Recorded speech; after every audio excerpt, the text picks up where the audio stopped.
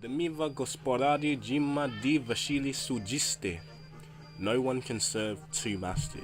Between 1848 and 1918, numerous institutions, including theatres, publishing houses, as well as political, financial, and even cultural organizations, were found in the so-called Slovenian National Awakening. Despite their political and institutional fragmentation and lack of proper political representation, the Slovenes were able to establish a functioning national infrastructure, especially the Sorkak Bridge built in 1906. There's also Slovenian artillery pieces, and even the Oral Society of Slovenes. After the outbreak of World War I, the Austrian Parliament was dissolved and civil liberties were suspended. Many Slovene political activists, especially in the Kranjol and the Straits region, were imprisoned by Austro-Hungarian authorities on charges of pro-Serbian and pan-Slavic sentiments. 469 Slovenes were executed on charges of treason in the first year of the war alone, provoking a strong anti-Austrian resentment among the national-minded Stoica of the Slovene population. Hundreds of thousands of Slovene conscripts were drafted into the Austro-Hungarian army, and over 30,000 of them lost their lives in the course of the war. The Italian army launched an attack on the Austro-Hungarian Empire in 1915, on territory populated by Slovenes. Some of the fiercest battles were fought here at the Soka, or the Izonzo River, and the Kras Plateau, or the Karso Plateau, or what is now Western Slovenia. World War I resulted in heavy casualties for Slovenia, particularly in the Battle of Sorsa, or especially on the 11 battles of the Isonzo, 2 being Austro-Hungarian offensive, I believe, especially the Battle of Caporetto, which is the 12th Battle of the Isonzo, but I cannot be too sure. The Slovenian western border area was badly damaged. Hundreds of thousands of Slovene conscripts were drafted into the Austro-Hungarian army, and over 30,000 lost their lives during World War I. Hundreds of thousands of Slovenes were resettled in refugee camps in Italy and Austria. Ethnic Slovenes in refugee camps led by Italy, however, were treated as state enemies, and several thousands died of malnutrition and disease between 1915 and 1918. Entire areas of the Slovenian Littoral region were destroyed. Slovenes living in Veneti were mobilized into the Italian Royal Army, while some Slovenes of Austro-Hungarian nationality voluntarily served in the Serbian army. There's something missing from this episode. We talk about the Slovenes, we talk about the Slovene National Awakening, but there's something missing for the Slovenes here.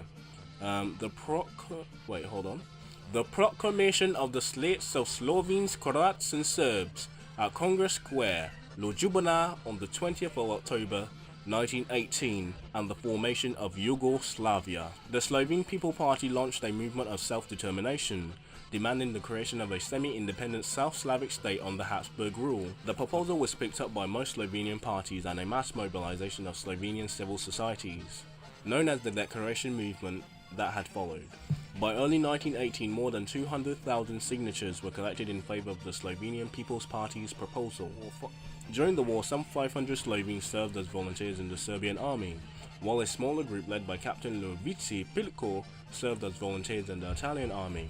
In the final year of the war, many predominantly Slovene regiments of the Austro-Hungarian army staged a mutiny against their military leadership. The best-known mutiny of Slovene soldiers was the Judenburg Rebellion in May 1918. Following the dissolution of the Austro-Hungarian Empire in the aftermath of World War I, a national council of Slovenes, Croats and Serbs took power in Zagreb on the 6th of October 1918. On the 29th of October 1918, independence was declared by a national gathering in Ljubljana, and by the Croatian Parliament declaring the establishment of the new state of the Slovenes, the Croats and the Serbs. On the 1st of December 1918, the state of Slovenes, Croats and Serbs merged with Serbia, becoming part of the new kingdom of Serbs, Croats and Slovenes, and itself being renamed in 1929 to the infamous and the famous Kingdom of Yugoslavia. And there's also a bit of controversy between Italy and Austria and even Hungary, trying to take assimilation from Slovenes in their regions that were still Slovenian and predominantly Slovene, and there's the border clashes with Italy after winning the war, land grabbing, and then there's Austrian claims to Slovene land.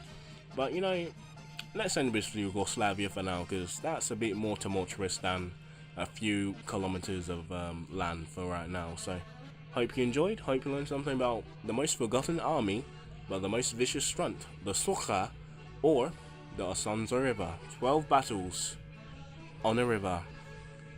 The Italians, no shame. Anyway, I hope you enjoyed, hope you learned something.